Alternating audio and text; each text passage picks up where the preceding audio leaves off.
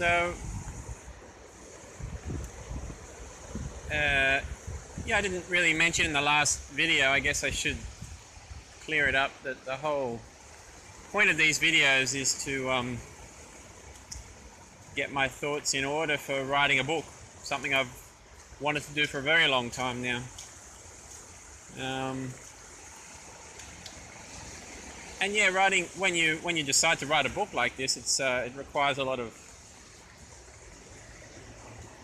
thought and a lot of research, getting your ideas in order, getting your vocabulary sorted out as well, because there's a lot of words that I could have been using to make this whole thing a lot easier to get my message across. So yeah, researching and reading other people's books and that kind of thing really does help.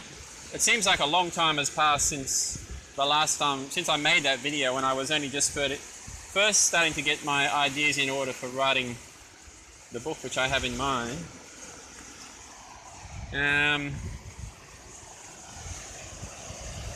So I've gotten a lot of things in order as far as the sequence of writing this book, how it will start and how it will end. The whole point of this book is to get this idea across, this central theme, which is for some reason always quite difficult to express in words. That appreciation for our subjective experience, and then acceptance as that experience being fundamental to everything else. Everything else comes from that subjective conscious experience that we all have, or at least that I have, but that's another question. We'll get into that later. So yeah, I wanted to clear up, because of this reading I've been doing on other authors and so forth, I wanted to clear up something that I was trying to explain about this idea of what can we be sure of,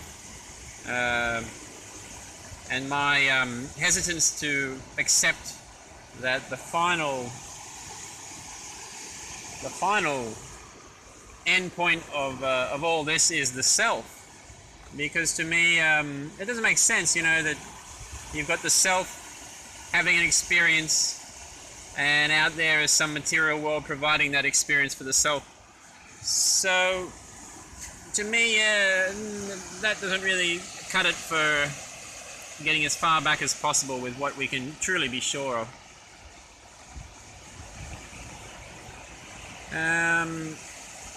So yeah, what I wanted to say was that, yeah, when you think about that, the only really thing you can be sure of is that the experience is real, but that the self experiencing it may not be.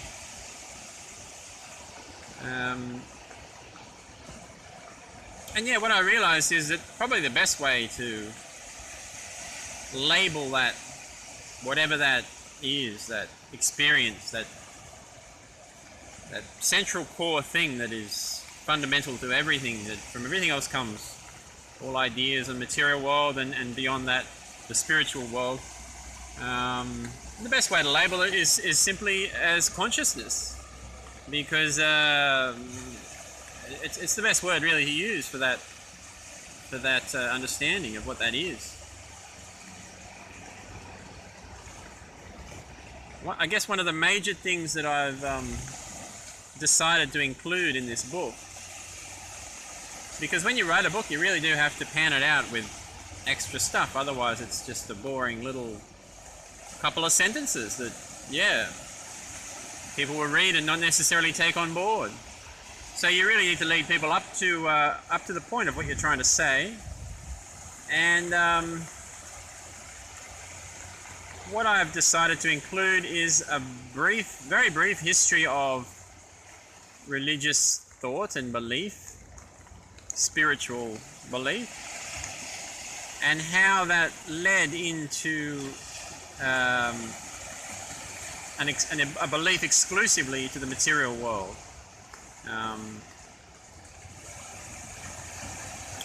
Because this idea of a hierarchy of existential certainty, which is one fancy way of putting what I'm talking about, where we think about what are the things we can be sure of in life. What are the things of life? The main things in life, which can be divided into the spiritual, the world of the spirit, the world of the spiritual, the material world, and the conscious world. The three main elements of our existence. So, yeah, hierarchy of existential belief says that we can be the surest thing we have is the conscious world, subjective experience. That's the thing we can be most certain of. After that comes the material world, and why is that? Well, because we receive inputs, perceptions onto our conscious world, which we assume to be due to a material world. We assume that we receive these perceptions, these inputs to our conscious world from this thing that we've labeled a material world. We're not sure if it exists out there, but we're pretty certain it does, because that's the whole big question, isn't it? And then from there, the spiritual world, which exists beyond that even further. And how do we know that the spiritual world exists? Well, we look at the effects of the spiritual world on the material world. So, what I'm trying to do then is, first of all, look at the history of spiritual belief, and then the history of materialism, material belief, and then show that an exclusive belief in the conscious world is inevitable. That is the future of our belief structure. So I'm trying to, a large part of this book is going to be me showing that the conscious world is to the material world as the material world is to the spiritual world. And how so? Let me just repeat that again, because it's a very important, very interesting point that I've come up with. We see the evidence of the spiritual world through its effects on the material world. We see evidence of the material world through its effects on the conscious world. So this idea of spirit to material to conscious is kind of a fundamental setup, it seems, in this existence. And that's really what I'm trying to get through. What I've always believed in, what I've always thought, is that science is, in a way, some kind of other kind of religion. But with this new understanding, I truly do see that science and materialism is certainly a step up from Christianity and Buddhism and all that. It's certainly a step up from dogmatic religion, because it's simplifying what we believe. It's a simplified belief structure. It is a belief structure. Belief, that's another issue which I bring up in the book. The fact that in the past, as far as we know, belief and faith wasn't really an issue. If you asked a Hopi Indian, for example, what does he believe, he would say, I don't know what you're talking about. I have knowledge of, for example, how the sun comes up in the morning. I know what makes that happen. It's the sun god lighting a fire every morning and whatever. whatever they believe. And back then that was seen as knowledge, not belief. Belief is a new concept which has come about today. Belief and faith is a new concept which have come about today to deal with this materialism. This idea that the material world can be accounted for by itself, from itself. That it's a closed system. We don't need a spiritual world anymore to make sense of the material world.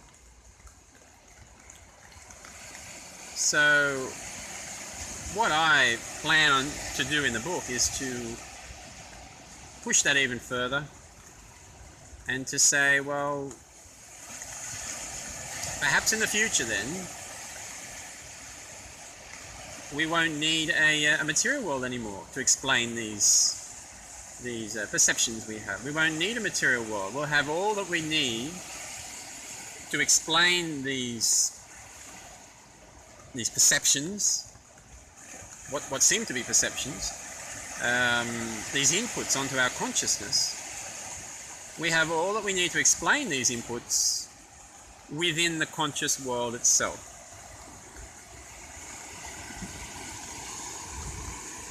So yeah, it's an interesting way that the book has panned out, because really originally I just had the idea of somehow getting this message across that, yeah, consciousness, subjective consciousness, it truly is the foundation of everything.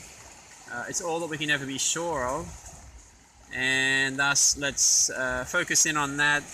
Let's not be afraid of death, because who's to say that that this subjective consciousness will end? Why would it? Why would this subjective consciousness end? Why not the material world? Why won't the material world end? It's a less certain thing than my own subjective consciousness. So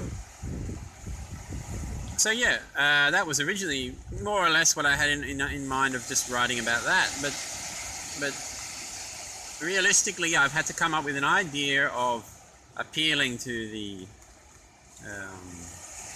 intelligence, I guess, of the modern reader, bringing them along on a story, because most people that read this kind of book are going to be materialists. They may not know it, but they're going to be a typical, person in the Western world who believes in the material world, and that's pretty much it. Maybe not much else. So I need to funnel this kind of person along this line of, oh yes, we've come from the past where spiritual belief was seen as the fundamental core of everything, and now we're in the material age, as you might put it, where we believe that the material world is fundamental to everything. We've cut out the spiritual world. We don't need it anymore, because we have all we need here to explain the goings on of the material world. And then getting to the whole point of the book, which is to say, well, what's the future of our belief or our knowledge? And my prediction is that eventually, yeah, we'll all be in the same boat of realizing that, yeah, the conscious world probably is all that we need to explain everything. Why not simplify it even further? You've got that razor theory. I can't remember what the guy's name is, but the guy who came up with the idea that the simplest solution is often the best. The one with the least, the solution with the least amount of assumptions is usually the best way to go. So along those lines, let's stop assuming that